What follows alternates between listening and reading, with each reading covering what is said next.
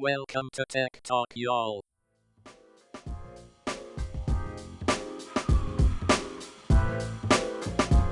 Hello, and welcome to Tech Talk, y'all, a production of Edgewise.Media, episode 378. I'm Sanjay Parekh. And I'm Adam Walker, and we have a freaking mammoth show for you. Like, I went on a tagging frenzy, and like, there's so much coming I did at you too. today. Oh my and gosh. I think this is to celebrate the fact that you're back. You were not here last week.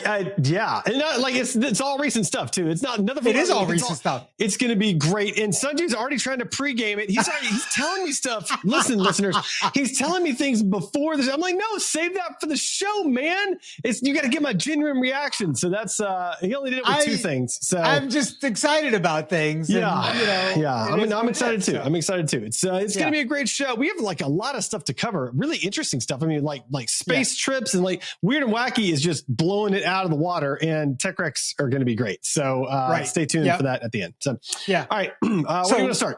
Yeah, we'll start it up with Meta. The biggest trial in Meta's history starts Monday. It already started Monday. Yeah. Here's what to know, as well as Meta trial, 5 key moments from Zuckerberg's testimony. Yeah. They tried to get out of this beforehand. Several times. He tried to do some finagling. He tried to pay a fee, like a bunch of millions, and they were like, nope. And then he tried to kiss up to Trump and do that whole thing, and Trump didn't care. And now he's in the hot seat. Here's what's crazy to me. Okay. So the whole argument is that Meta intentionally stifled innovation by buying Instagram, which and WhatsApp. And I genuinely don't think that was actually, I think Zuckerberg's take was correct. Like, it was a better product. They could buy it or they could build it. Buying it made way more sense. But here's the problem, right? They're saying that Meta is intentionally trying to become a monopoly in social media, but they're not, and they can't. Like, that's the thing. Like TikTok is just freaking destroying Meta right now. LinkedIn is massively on the rise. Snap is still wildly popular. So yeah, I mean, Instagram has a pretty big following, but Facebook is on the decline. So like, the whole thing, in my opinion, is bunk. Like, they're not a monopoly. They can't be a monopoly. Like, nobody just loves Meta right now. Like, it's a dumb argument from my perspective. Yeah, here's the thing. If you care about this and you're a politician, then the thing you should do to make sure there is competition is support net neutrality, so that there is a level playing field and competitors have a easier path to getting online. And they're not. The current folks are not. And I think it's just ridiculous. I tend to agree with you. I think it's interesting. Yes, they did buy these things, but you're talking about now it's like a retrospective of how many years ago did they buy Instagram, WhatsApp. They've been building it for what, 15 years, 12 years? I mean, like, come on. Right. So when they bought it, it was tiny. That big of a deal, right? Yeah. Exactly. Now you're in retrospect going like, well, now that you've spent the last 15 years building this, it's an issue. Listen, I don't like Meta, but this is a dumb argument by a dumb. I mean, the whole approach is just ridiculous. Like, come on, get a freaking grip. Now, that said, if either one of these two things or both of them get spun out from Facebook, I don't think it's a big issue for users. I think these things can be a standalone thing. Yeah. I think potentially the experience gets worse, especially on WhatsApp, because right now there is basically no monetization of WhatsApp. Yeah, and so there would have to be monetization, which I think would end up being a worse I'll tell you the greatest thing that would ever be if they spun out Instagram. It's that you could break off Instagram ads from the stupid Meta business suite that is like the freaking worst thing in the world to deal with. So like that, like as an advertiser, like on the advertiser side. Yeah. Okay. Got it. Advertising on TikTok is like a gabillion times easier than advertising on freaking Instagram. It's remarkable how difficult they make this stuff. Did you do the math and measure that into exactly a gabillion? I did. Exactly 1 gabillion. It's exactly 1 gabillion, not 1.1. Okay, 1 gabillion. Yes, that's 1 gabillion. Okay. Also in the monopoly space, Google loses online advertising monopoly case, which this is not surprising, right? Like, they are the online advertising monopoly. Like that. I mean, like, is that surprising somehow? Like, what were the Vegas odds on that? You know what I mean? Like, okay, fine. I read it. I was like, cool. I understand. You know what you just made me realize? There needs to be a special version of the game Monopoly based on these companies that are monopolies, right? So there should be like a Facebook Avenue, an Instagram way. The Monopoly edition. Yeah, exactly. And a WhatsApp lane, right? Well, I know you're now go, here's the problem. You're gonna go back into the bells from the 80s too? Are you gonna let those in there? Like, you know? Maybe, yeah. Here's the problem though, is dealing with Google, because by the time you print the board, they probably shut down the products that you printed on there for Google. For sure. Yeah, that's for sure the case. Yeah. You know, it's a misprint then at that point, because those things don't it's exist just pointless. anymore. It's not even fun. Yeah. Talking about something that's not a misprint, Anthropic's Claude can now read your Gmail. In fact, it can read not just your Gmail, but it can also read your calendar. Okay. And in fact, I have already tried this out. And next week I have got a meeting, and I asked Claude to go look up the emails related to this meeting and put together a document to help me prepare for that meeting, because it knew what day it's on as well. It's kind of awesome. It's great. Like, it took it a while to find all the emails. Yeah. But what do I care, right? It's just this is for paid Claude users, right? So if I want this, you got to be paid. Yeah. I got to pay. How much do I have to pay to have this? Because I don't have Claude right now. Like $20 a month? I think it's like $100 a year, $200 a year. If it's $100 a year, I'm going to freaking do that today. Like, that's a done deal. Okay. It's either $100 or $200 a year, something like that. It wasn't so much. I think it might be $200 a year, but it wasn't so much. I think you're right. I think it's like $20 a month or $200 a year, I think is the price point. All right. Now, does Gemini, but Gemini will do a lot of that stuff too, right? So does Gemini do as well or no? Gemini might, I don't know, but with Claude, they don't use your data for training, which is why I use that. Oh, I see. And then all right, you've got it specifically. So if you're in the box for Claude, there's a little filter button, and you've got to actually enable its access. First of all, you've got to connect Claude into your Gmail and into your calendar. But then for each prompt, or at least each session, you've got to turn it on and say, yes, you have access to it. And so once you delete that conversation, then that data is gone from Claude. It doesn't have access to it anymore. So gotcha. I like, I've mentioned on this podcast before, I like how it's a little bit more safe, more secure.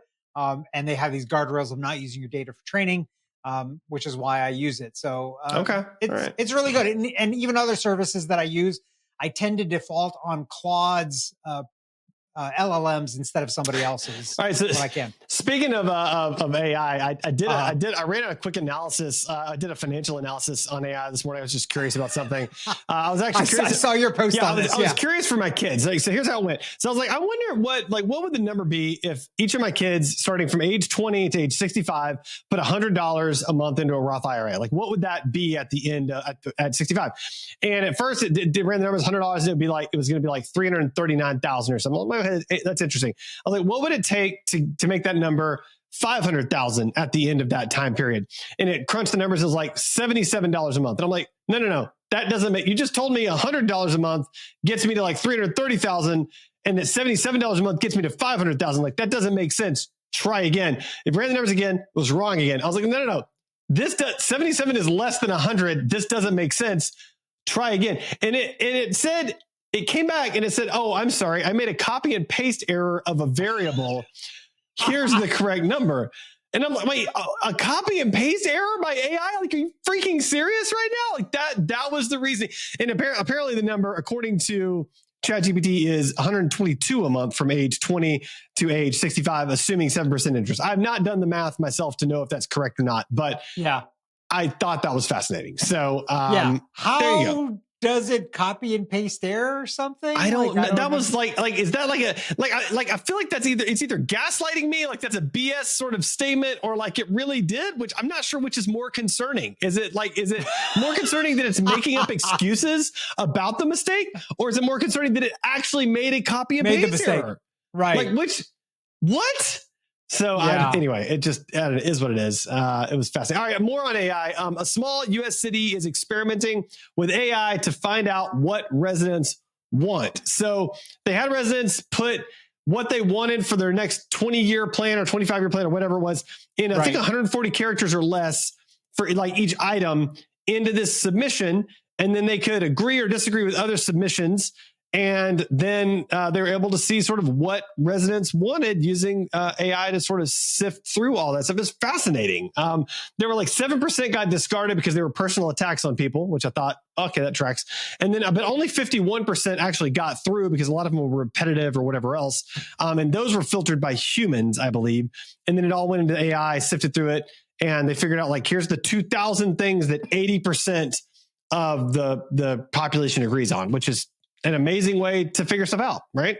Yeah. The kind of the downsides of this is, yes, there was a high participation in this, but there also is this concern of some self-selection of people that are kind of, you know, being involved in this. So you're not really getting feedback from people like the entire population. Yeah, I mean, it was 10%, like which 10% is really high for a population to participate, but it is only 10% of a population, which is not indicative of the needs and wants of the entire population, right? Yeah. Which tends to be probably those 10% are already engaged actively and complaining about stuff. Sure. And so it might skew your results because of that. So it's still interesting. I think this is perhaps a better way to use AI to run government than that story that we talked about with that guy that wanted to run and have the AI make be all the government. Make all the decisions kind of unfettered. You know, let's not do Skynet just yet. Let's give it a minute before we get there. But somebody that is enjoying kind of a Skynet type of thing are the cows, apparently. Yeah, apparently how dairy robots are changing work for cows and farmers. Okay. Yeah. Here's the thing that I found fascinating. So here's the gist of it is basically there's a company that has a robotic milking machine. Right. And it does everything automatically. Human doesn't have to get involved. Yep. It cleans the cow. It attaches the little suction things. It milks them, releases it. Then the machine cleans itself, cleans the cow, and on away it goes. The supposition here in this by this company is, like, if you give the cows the ability to basically line up whenever they want to be milked, like they know when they need to be milked, when they're uncomfortable, right? You actually produce more milk and less stress for the cows. Yeah. And I found that fascinating. But to me, the most fascinating part of this was, I believe it also said the machine scratched the cows behind the ears. Yes. So yes. Well, a different machine. Yeah. But a machine, which also makes them happier, which makes them produce more milk. So you've not only got your milking machine and your cleaning machine, but you have your cow ear scratching machine in the works as well, which is like, that's pretty amazing. And apparently that machine, by doing that, like cows would sometimes do it multiple times a day.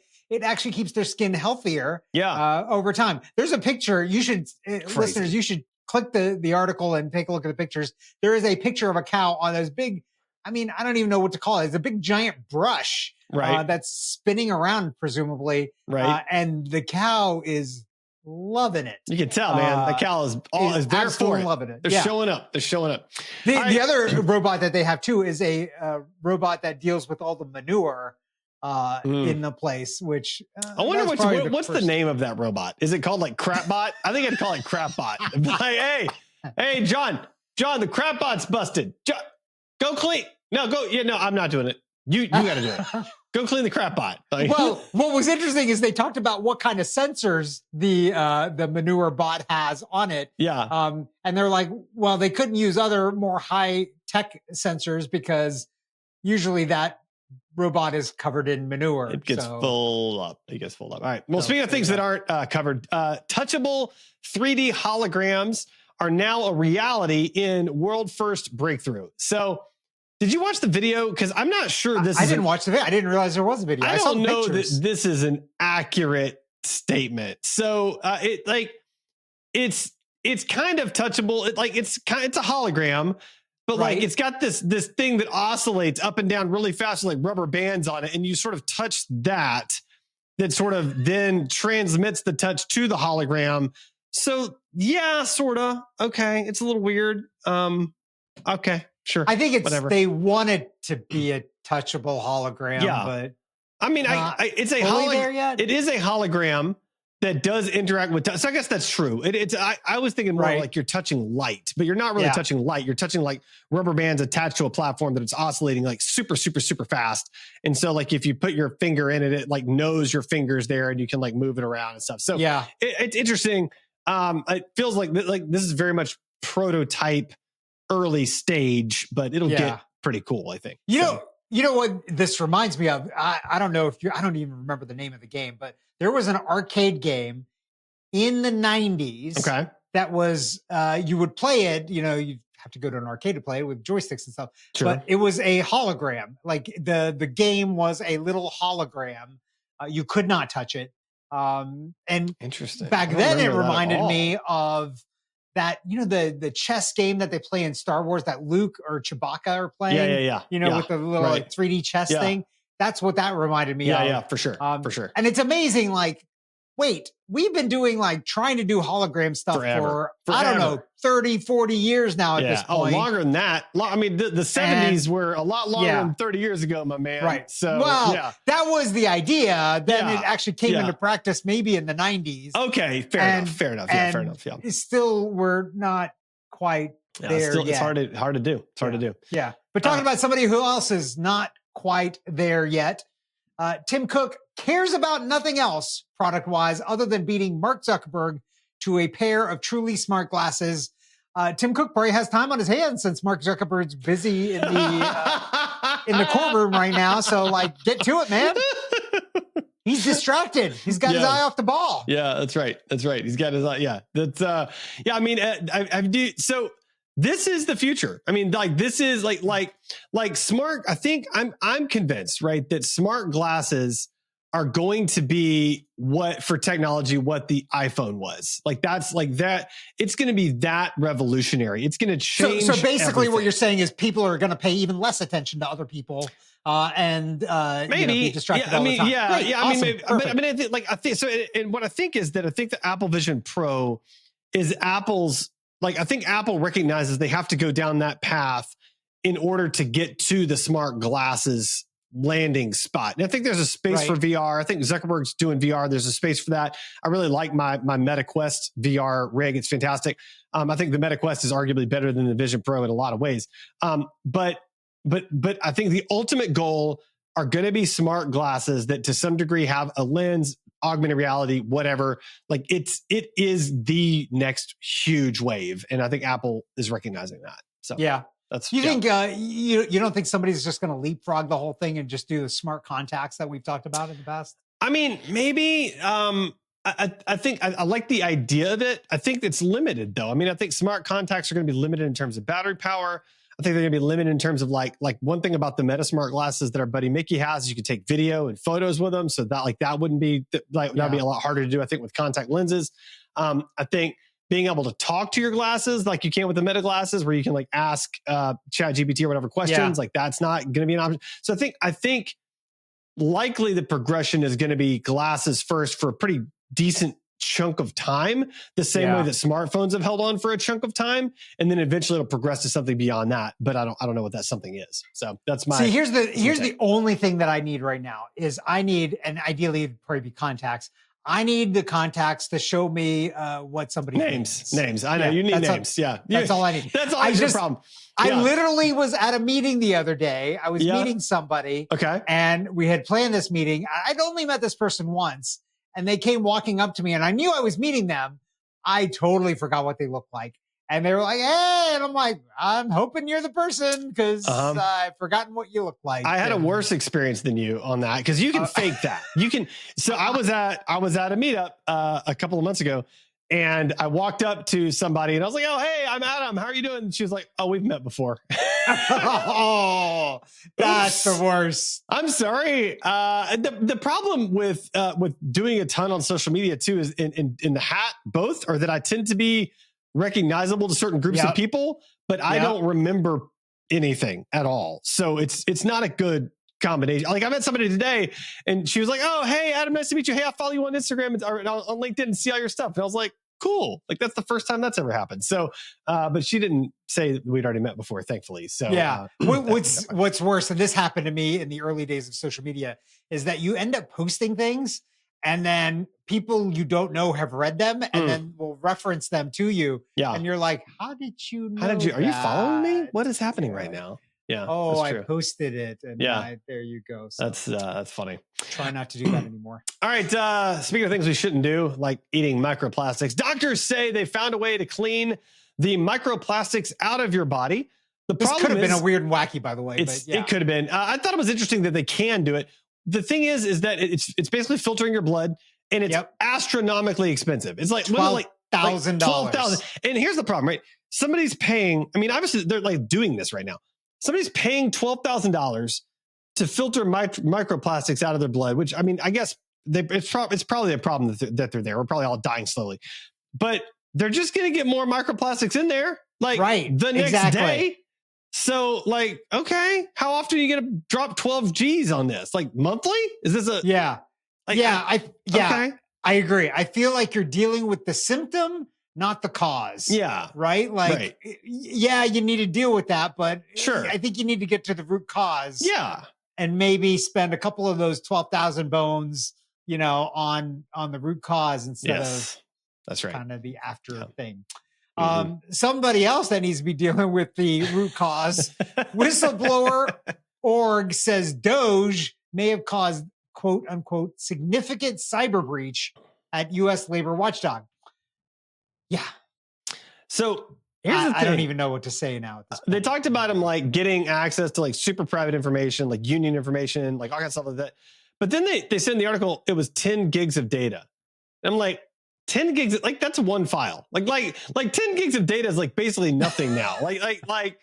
Okay, 10 terabytes, sure. 10 gigs of data? Okay, whatever, man. Like that, I don't know. That feels like a throwaway to me. Honestly. I mean, maybe it's probably not, but it struck me as an odd number. That's all. So 300 million people in the US-ish, something like that. That's probably all of our data. Okay. You mean like names and information? Well, but it's text data, probably. Right? Yeah. I mean, this is the labor organization. So it's not all 300 million. It's people that have had complaints or issues. They talked about it. There's some competitive stuff in there, things like that. So like none of this stuff is good. The IRS now is sharing their data with other people, which they have never in the history of the United States has never done before. Yikes. Because IRS data is considered kind of sacrosanct. Like you can't touch that stuff with anything else. You can't mix it with anything else. Right. It's not used for anything else because look, honestly, we want people to pay their taxes. Sure. And if they think there's some other risk of something else happening because of paying their tax, they might not pay their taxes.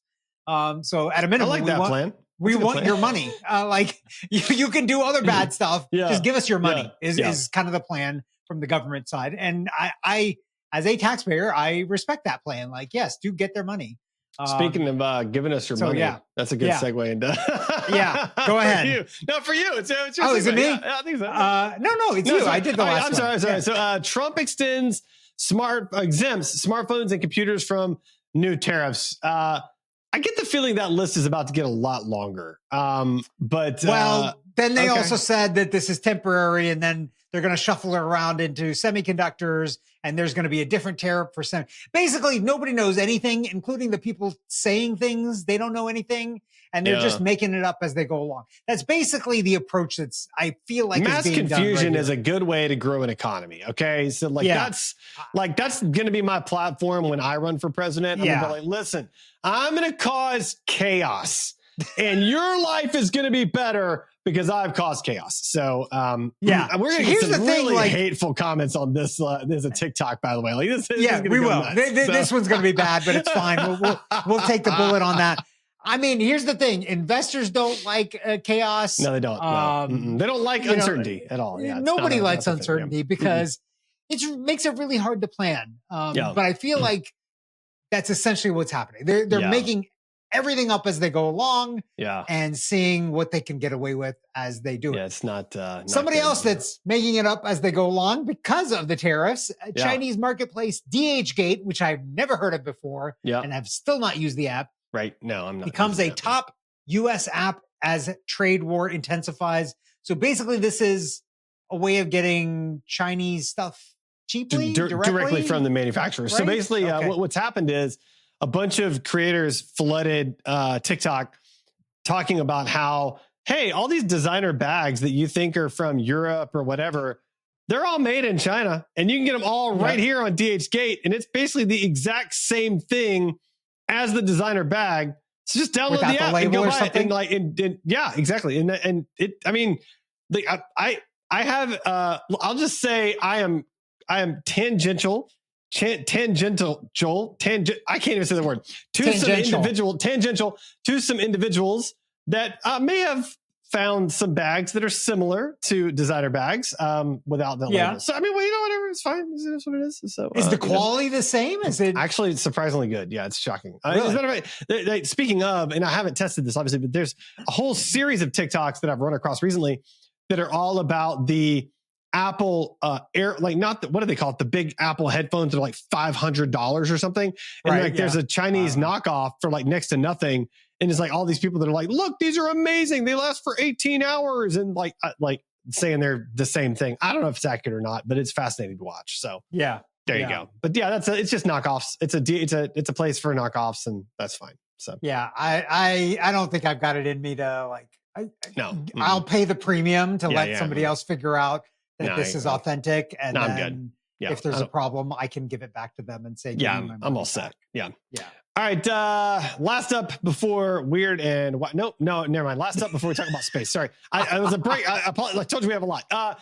Incredibly concerning. Facebook black market groups offer rideshare and delivery driver accounts for sale, researchers say. And so apparently like drivers, like Uber drivers will, build up an account and get like lots of good ratings and all this stuff. And then they'll sell the account on the black market to someone else to, take over. That is a little scary. I got to say, like, that's a little frightening. Yeah. This is essentially the exact same story that we talked about with Elon Musk and his gaming account. Yes. Right? Like, that's correct. Yes. It's the same thing. This has been done. Yes. Like, over and over. Forever. It's been done forever. Yes. If you have a login and the ability to rise to the top of a hierarchy in some kind of marketplace, then that account is able to be sold to some type of third party. Always. That's always been the case. 100%. I mean, this happened with Twitter handles. If you remember, like CNN Break or whatever it was on Twitter, that some random person set up and grew the account for and then sold it to CNN for an undisclosed amount of money. Well, really, he sold his consulting services, and along with those came the handle, because you were not allowed to sell Twitter handles back in those days. Nice. There you Has go. that changed, actually? Can you sell a Twitter handle now? I mean, I feel like it's the Wild West over there. You can do literally anything you want. Like, who's going to stop you? I don't know. They don't have the staff to stop you.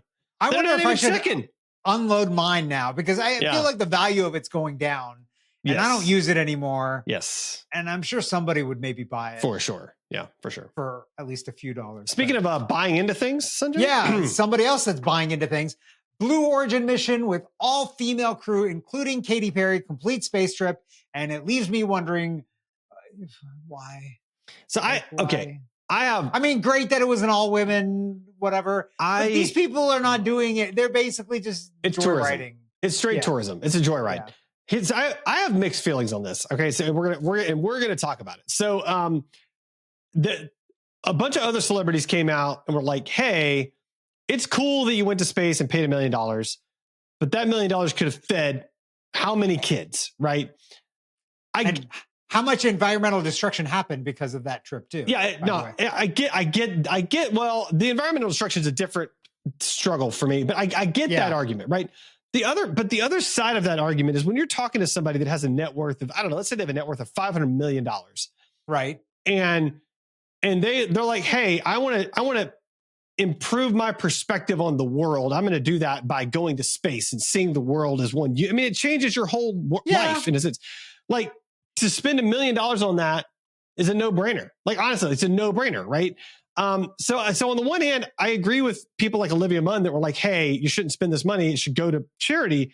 But on the other hand, like, maybe they should, because it's 1% of their net worth or 5% of the net worth or whatever else, right? I can see both sides of it. Now, I do have a more of a problem to me with like the whole space tourism and pollution thing. Like, that's a much bigger issue to me. Like, you're literally giving 10 people a joy, or 5, how many people a joyride to space, and putting in how much pollution for what? like for their experience, like that's dumb. Yeah. I agree. Yeah. And they said there were experiments that were done on that thing, but I'm like, I don't know. I don't really fully buy that. In the 10-minute window, sure. Right. Lots exactly. Yes. Exactly. Yeah. The other thing I don't get is so Gail was up there, Oprah's friend, going up. Oprah was there at the launch and crying about it and stuff like that. I'm like, why weren't you going? Like Oprah. Well, I mean, but you have to be you have to be a level of adventuresome person. I mean, my guess is they were probably like, Oprah, listen, you've got to do this, and she's like, not gonna do it. I'm not a flyer. I'm not a flyer. You know. So I mean, who knows? I don't know if she said that or not, but yeah. I mean, anyway, I don't know. My point is, I have mixed feelings on ultra wealthy and how they spend. Like, can we really criticize that or not? I'm not sure that I can. I think I would. If I had that money, I would hope that I would give it to kids. But then where do you stop there too? Like at what point, if you have 500 million, how many million do you give away? Like, I don't know. And those are not things that I have to worry about at the moment, fortunately. So that's a Bill Gates problem. I hope we both have that problem someday of how many of my millions do I have to give away? I will say, I really do like Bill Gates's approach. You know, it's like, look, I'm just going to give it all out, you know? So, I mean, that's a good way to go. So, all right. Last up, finally, before Weird and Wacky. Is this me? It's me, right? That's you, yeah. Atlanta Airport retains world's busiest crown for 2024, baby. What's up? Yep. And Jason for the win. I helped out yesterday, too. I took a quick trip up to New York, talking about people polluting up the atmosphere. That was me yesterday. Yep. I had a quick day trip up to New York. I like our airport. I think it's great. Like, it's so great. Wander around other people's airports. Like I was in LaGuardia up there. It's the worst. Man, it's so far to things. Things are not labeled well. I had to ask people stuff. And, and then there's no subway that goes to LaGuardia. So I had to get on a bus to get to the subway to get to my thing because I didn't want to take a car because I think they still have that. Don't they have the congestion pricing thing in New York now? Oh, I don't know, man. So I think taking cars, that crap. I think the cost is like ridiculous too. Yeah, it's ridiculous. Yeah. Yeah. I mean, like it wasn't JFK bad. It was from New York better. Like JFK to me is a better airport. Does the subway go to JFK? No, I think I forget how I ended up going to JFK now. Maybe it was an Uber last time. I don't remember. Okay. But I like the airport better. I mean, it wasn't a bad ride between the bus and the train. It was $2.90 each way. Yeah. And I got there in like 40 minutes. It was fine. It was all good. Yeah. But yeah, I think our airport, way better. So much easier. Yeah. Way better. Yeah. Time for the Weird and Wacky segment. Abominable snowman. He's not an axe murderer. One of the TAs turned out to be a bot. First up in Weird and Wacky, and this is so sad. Oh my gosh. I know. Literally an end of an era. I know. The last Radio Shack in Maryland is closing its doors. We've now lost Blockbuster. Now we're losing Radio Shack. It's all coming to an end. Yeah. All things. Yeah. I mean, Radio Shack was great, man. Get some killer stuff from there. RC cars and all kinds of craziness. Although, like Kramer used to say on Seinfeld, like, why do they ask you your phone number if you're just buying batteries? It doesn't make any sense. Oh, that's true. Yeah. Well, I mean, they want to data mine your information all the time. Right. So. Right. All right. I'm sad, but I bought a lot of stuff. I don't know about you, but I bought a lot of stuff back in the day at Radio Shack. I did a lot of window browsing at Radio Shack back in the day. I don't know that I bought a lot, but I did a lot of looking at Radio Shack, and that was one of my favorite things for sure. So I definitely bought because I hacked stuff together. I soldered a lot of things. That inclined. I was that's pretty good. I think that explains why I was an electrical engineer as an undergrad at Georgia Tech. There. Yeah, and that explains why I was not. So, all right. Next up, I tested the AI that calls your elderly parents if you can't be bothered. So this was actually a payment gateway or whatever. So I didn't actually get to read the testing. So I was more going to talk about the topic. Like there's a service that will do an AI clone of you and call your elderly parents if you can't be bothered to do it, which to me feels like kind of the epitome of F you, mom and dad. I don't have time for you. Like I think I would rather not get a phone call from my kids than get this. Like I would prefer silence over this, I think. So yeah, this doesn't feel great. It's just creepy, right? I mean, it just feels real like, I don't know. I mean, no, it's different from like, I do know of services that will call and have like conversations with elderly people and like, okay, that's fine. And maybe you that's mean like real humans? Yeah, like real humans. Yeah. And honestly, maybe it's fine for AI to do it if they know it's an AI calling to check it. I don't know. It just seems weird. But to do it in lieu of your kids, like, no, that's a no. Just I'll be alone. I'm good. I'll just set me up watching a Netflix special or something. Yeah, I'm fine. but yeah. Somebody else that maybe is not bothered are the dolphins, perhaps. Google's newest AI model is designed to help study dolphin, quote unquote, speech. Yeah. Mm-hmm. I don't know if we want to open up this Pandora's box, because if we find out the dolphins are saying things about us that we don't like this could end badly. Well, what concerns me about it is more like what happens if we discover that dolphins are even more intelligent than we thought, right? Like what? They're smarter than us. Well, or not even that, but at what point? How intelligent does a creature need to be before you go, oh, we've been treating them really badly for ever, I mean, we got them at the dolphin experience at whatever, at what point are you the monster for having this intelligent I don't know what that point is. I don't know if I want to find out. I don't know if you discover that, these dolphins have been handing down stories for centuries of how badly humans have treated them over the centuries. And there was this guy. Oh, you want to know about Blackbeard? We had family around that guy. and here you go. So, I like that when you think about historical figures, you went to Blackbeard. I mean, I don't know. You get some kind of piratey name. That's it. You can't go to Genghis Khan. Dolphins wouldn't know nothing about Genghis Khan. You got to go Blackbeard. Right? He was inland. Genghis Khan was inland. He didn't mess with the dolphins. Blackbeard, though, he was sailing around. I mean, look, I'm not trying to disparage Blackbeard at all, but I gotta assume at some point in time he crossed a dolphin. He crossed a dolphin and he wronged a dolphin somewhere along the line. Have you ever been in the water with a dolphin at the same time? No, physically? I see. I am a land creature. Okay. And that place is for sea creatures. There was an experience in my childhood snorkeling where dolphins came up and I was in the water physically with a dolphin, like arms reach away. And they're friendly, but that thing is freaking huge. When you're it's like there's this visceral, oh my God, I'm about to die because there's this massive thing next to me. That does. You think they're friendly until you find out that they're smarter than we thought, and they've been just plotting our demise. Between them and Skynet, it's going to be over. All right. Next up, and this may be my favorite Weird and Wacky story ever. Okay, ever. California cities are trying to figure out how fake voices mocking Musk and Zuckerberg were added to crosswalks. And so here, let me paint you the pictures. So you press the crosswalk button and it says, wait. And then in Elon Musk's voice, it says something like, this is Elon Musk of Tesla Motors. Welcome to San Francisco. And then it's like, I think he said something like, I can tell you money doesn't buy happiness. And then he kind of sadly says, I've tried. And then he says, but it can buy you a sweet Tesla Cybertruck. That's cool, right? And then it pauses and he goes, I'm so lonely.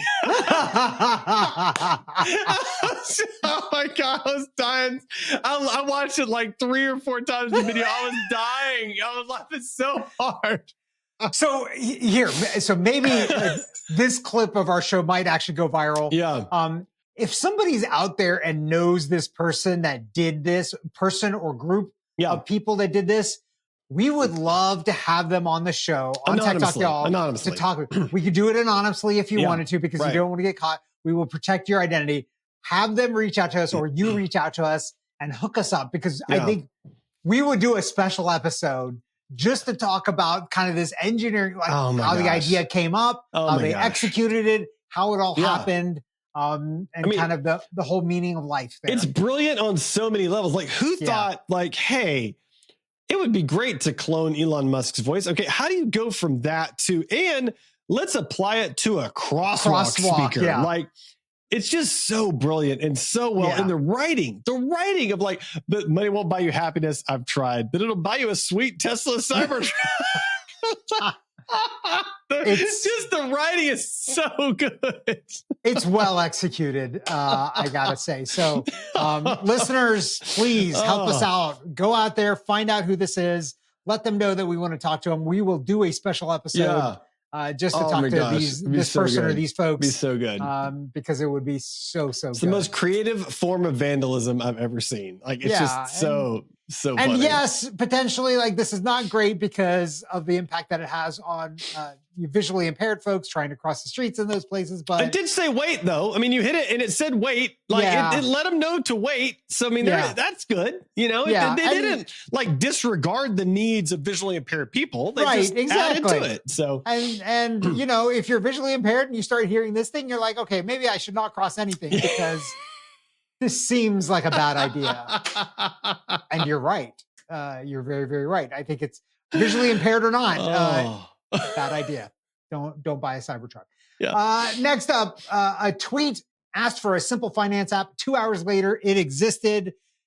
We live in the world of vibe coding, I think now, right? Yeah. Like this is that's pretty all cool. this is. Yeah. It is pretty cool. You've done some vibe coding. I've been playing around with it. I think it's I think there's a lot of possibilities here. Unreal. The ability to create apps on the fly is unreal. I mean, and the app was really simple. It was how much have I spent today, how much have I spent this week, and how much have I spent this month? And like those three numbers, that's it. It ties in and attaches to one credit card or one debit card, and that's it. But still, like that's a pretty useful little tool that like why hasn't somebody created this already? Like it seems very helpful. So it's kind of great. Yeah. Good for the developer that whipped that out really quickly. And I'm assuming they're making some money off of it. So me too. Good job on that. Yeah. We were talking a little while ago about outer space. Is this you? This is you doing the story, right? Is it me? I'm sorry. I keep getting confused. We need to put names on these. There's so many. I just keep getting lost. All right. So last up before TechRex, NASA study suggests. No, there's one more after this, actually. Almost last up before Tech. Second to last up before TechRex. I'm flustered. NASA study suggests no astronaut has ever left Earth's atmosphere. So I read this. The title makes it feel like, oh boy, flat earthers. That's what I thought. I thought this is conspiracy theory. And no, it's not that at all. They're advocating that Earth's atmosphere, quote, atmosphere actually extends out beyond Mars. Is really what they're saying. Yeah. Like particles related to Earth's gravity and atmosphere actually go and interplay much further out than we ever realized, which is fascinating and sort of meaningless. I guess I mean, it's fine. It's interesting. It's a good clickbaity sort of title. So yeah, exactly. So I mean, on that premise though, then like the Voyager crafts are like the only thing that have gone into space. Yeah, that's true. That's things like that we've sent very, very, very far away. Yeah. I think it's an interesting premise. It makes you think about things a little bit differently, but I mean, come on, legitimately, things that go, beyond the what is it called? It's the K, some kind of K line. It's cute that you thought I would know the answer to that. Like that's they say it in the article. It starts with a K. You're so precious. You thought I would know a scientific term. Thank you for believing in me. Well, last up in Weird and Wacky, something that is a scientific term or related to science. Scientists find strongest evidence yet of life on an alien planet. Yeah. Okay, so here's the thing I don't really understand. I don't understand how these things work. Like, I understand how a mass spectrometer, like you put a little thing in this device and you measure it and you know that things are there. Yeah. How are we measuring? I mean, obviously there's some way, but I don't understand how it works. Like the Jim Webb telescope is what they use for this thing. Yep. And they're looking at planets that are, I don't know, a gabillion miles 124 light years away. Okay, 124 light years away. Yeah. Which is a long way. It's a very long way away. Yeah. It's a very far distance. Yeah. And they're measuring these things, and I don't understand how that works. So I've often wondered, like, I don't understand how any of it works. Like, how do we know the makeup of other planets that are so far away just by looking at them? Like, I'm sure I know there's science behind it. I believe the science. I'll buy it.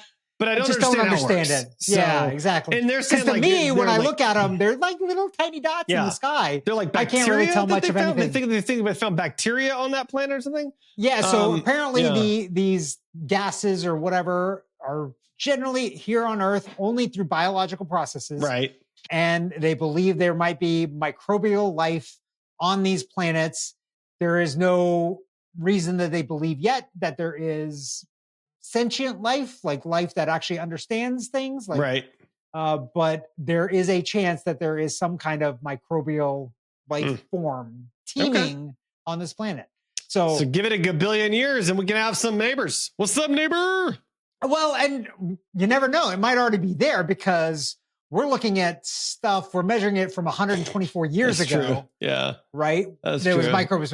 By now, it could be like, I don't know. Single cell, More? 2 or 3 cells, 5 cells even. Who knows? 5 cells, 7 cells, 18 cells. It could be 18 cells by I now. don't know. It's on a planet that's like 2.6 times the diameter of Earth and like 8 times more massive or something like that. But it is in the zone for liquid water. The Goldilocks zone? Is that what the it is? Goldilocks zone. All right. The habitable zone. I did know that term. You What's did know that up, term. Sanjay?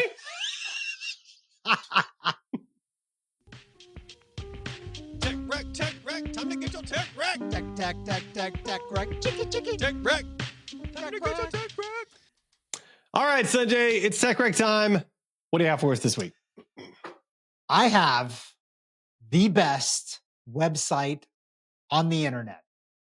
I This have is the only a hard one you time want. believing that, but okay. This is all right. the only here for one it. you Okay. ever need. Yeah. It's called the Fish Doorbell. Okay. And what this is a live webcam Okay. of a lock in the Netherlands, and you can watch it. And if you see a fish, you can ring a doorbell. And if enough people ring the doorbell, then the guy goes out and opens up the lock and lets these fish come out of the lock so that they aren't trapped by a predator. This is the best website on the internet. He's crowdsourced, like finding Yep. fish. Yep. What keeps people from ringing the doorbell, like just being malicious and just being a pain in the butt? Because other people got to do it too, and it takes a picture. And so then if they see it, then they'll be like, okay, yeah, there is somebody there. And I'll tell you right now, they've said that not many people have been malicious on this. There's 1,533 people watching the live stream right now, waiting for a fish. You gotta believe that there's somebody that works from home and they just need some nature in their day. And they're like, I think I'm just gonna leave the fish doorbell up on my fourth screen all day long. Yep. And then there's like they see a fish, like, oh, it's a fish, ah! Hit the button, and then that's There you go. That's their day. Yeah, It's the highlight of the day, basically. There are fish photos of the week. The most recent was on Tuesday, April 1st at 6:37 p.m. Oh my gosh. There is a fish identifier. Have you spotted these fish?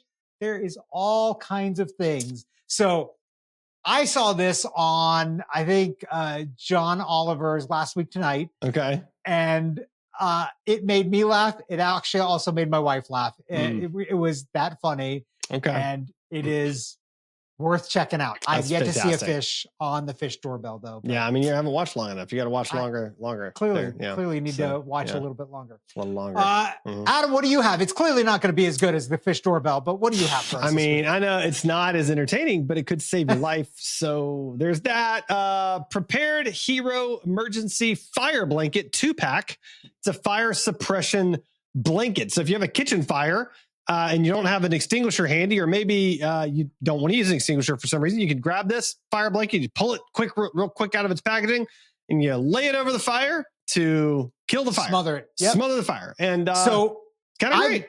I've bought these before in the past. Yeah. Actually, this exact product, I clicked over on your link, and it's the exact same one that I bought. Oh, nice. That's fantastic. We have a ton of these. Yeah. I have them in the garage. Yeah. I have them in the basement equipment Yeah. room. I've got them in each one of the bedrooms too. Yeah. Like if there's a house fire, you can actually use this as a wrap for yourself That's to true. protect you from the fire Yeah. trying to get out of the house. Yeah, that's a great idea. Yeah, I was thinking for me, like with having kids, I feel like this is easier Mhm. than an extinguisher. It's like, hey, look, something happens when you're cooking something randomly. grab this, throw it over top, and step away. You know, like they don't have to fiddle with an extinguisher or whatever. So, yeah, I mean, I think it could be amazing. And I've seen a ton about them on TikTok as well. So that's kind of what prompted. I was like, oh, I need one of these. So, well, the other thing with the extinguisher, and we've actually had a house fire in the past.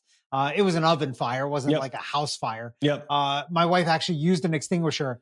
Okay, regular extinguishers, that stuff gets everywhere. Yeah, it's a mess. Like upstairs, the kitchen is on the main floor. Upstairs, there was dust from the extinguisher. So really, if you can deal with a fire with something that's not a regular if you can smother that bad boy, do it. Would be good. But look, if you need it, you need it. So spray away. Yeah. All right, Sanjay, how can our guests find and connect with you after this mega episode? They can find me at sanjayparikh.com. What about you, Adam? AdamJWalker.com.